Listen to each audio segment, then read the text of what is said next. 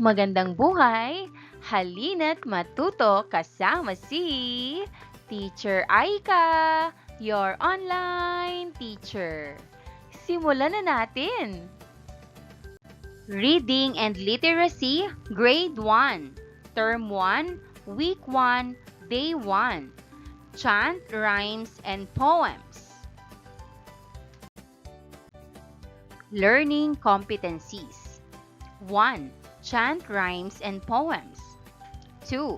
Segment a 2 to 3 syllable word into its syllabic parts. 3. Identify rhyming words in nursery rhymes, poems, and chants. 4. Say 2 to 3 words that rhyme. 5. Identify initial sounds, vowels, consonants, and semi-vowels if any. Magandang araw sa inyong lahat! Makinig kayo habang ipinakikilala ko ang aking sarili. Aawitin natin ang kantang Kumusta Ka habang naglalaro tayo ng ball relay. Habang tumutugtog ang kanta, ipapasa ninyo ang bola at sasayaw ang may hawak nito. Kapag tumigil ang kanta, ang batang may hawak ng bola ay magpapakilala. Sabihin ninyo, ako ay si Patlang. Ako ay patlang taong gulang. Mahilig akong patlang. Halimbawa, ako ay si Juan. Ako ay 7 taong gulang. Mahilig akong maglaro. Ang aralin natin ay tungkol sa pagbigkas ng nursery rhyme, pagtukoy at pagbuo ng magkatugmang salita, at pag-unawa sa mahahalagang detalye sa awit o tula. Gagamit din tayo ng mga salitang tungkol sa sarili at pamilya. Bawat isa sa atin ay may pangalan. Ulitin natin, bawat isa sa atin ay may pangalan. Sino ang nagbigay ng iyong pangalan? Ang nagbigay ng aking pangalan ay ang aking mga magulang.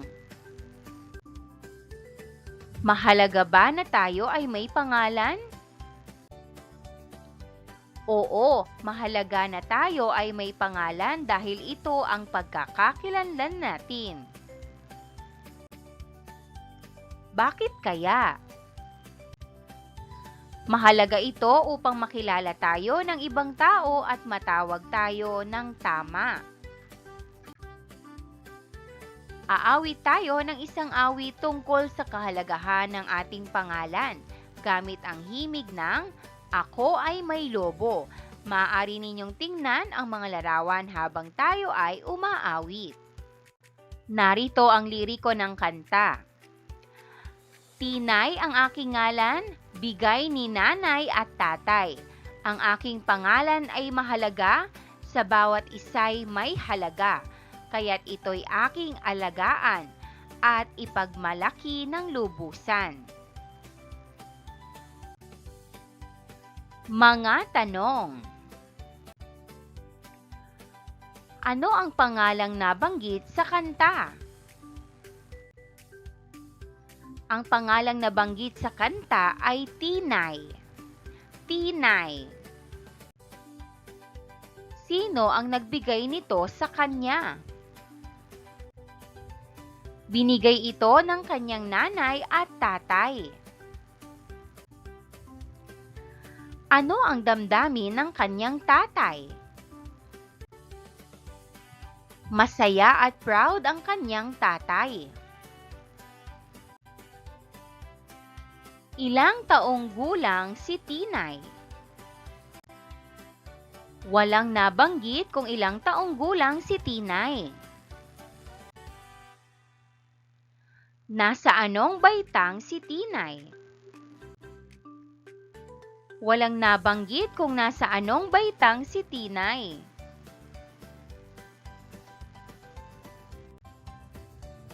Kayo, nasa anong baitang din kayo? Ako ay nasa baitang isa. Narito ang mga salitang makikita sa awit. Basahin at ulitin ninyo ang mga ito. Tinay, nanay. Tinay, nanay. Masaya, masigla. Masaya, masigla. Pangalan, alagaan. Pangalan, alagaan. Pansinin ninyo kung paano magkatugma ang mga salita dahil pareho o magkapareho ang tunog sa hulihang bahagi ng salita. Mga tanong. Sa anong mga sitwasyon natin ginagamit ang ating pangalan? Ginagamit natin ang ating pangalan kapag tayo ay nagpapakilala, pumapasok sa paaralan, tumatawag ng atensyon at kapag nakikipagkilala sa ibang tao.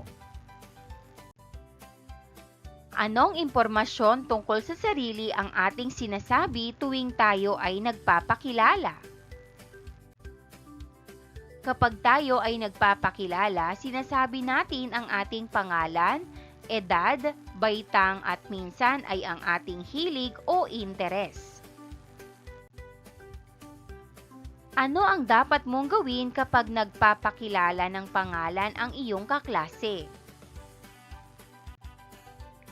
Kapag nagpapakilala ang aking kaklase, dapat akong makinig ng mabuti, tumahimik at igalang siya habang siya ay nagsasalita. Karapatan ng bawat batang Pilipino ang mabigyan ng pangalan. Ang paggalang sa pangalan ay pagpapakita rin ng respeto sa sarili at mga magulang na nagbigay nito. Igalang ang iba sa pamamagitan ng wastong pagbanggit ng kanilang pangalan at hindi pagbibigay ng anumang katawagan na nakakasakit ng kanilang damdamin. Rhyme or not? Maghahanda ako ng mga flashcard na may mga salitang may dalawang pantig tungkol sa sarili at pamilya. Babasa ako ng mga pares ng salita ng 2 o 3 beses. Makikinig kayong mabuti at sasabihin ninyo kung magkatugma ang mga salita. Rhyme or not? Kung ang mga salita ay magkatugma, magtaas kayo ng thumbs up. Kung hindi magkatugma, magtaas kayo ng thumbs down. Ako, ikaw. Ako, ikaw. Thumbs down. Ate, kuya. Ate, kuya. Thumbs down. Tatay, nanay. Tatay, nanay. Thumbs up. Lolo, lola. Lolo, lola. Thumbs down. Bunso, puso. Bunso, puso. Thumbs up. Sila, masaya. Sila, masaya. Thumbs down.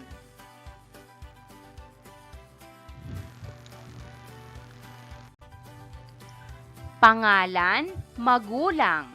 Pangalan, magulang. Thumbs down. Buhay, bahay. Buhay, bahay. Thumbs up. Pamilya, masaya. Pamilya, masaya. Thumbs up. Takdang aralin. Sa inyong tahanan, tanungin ninyo ang inyong mga magulang kung may kwento o dahilan kung bakit ibinigay ang inyong pangalan. Maghanda kayong ibahagi ang inyong nalaman sa klase sa susunod na pagkikita natin.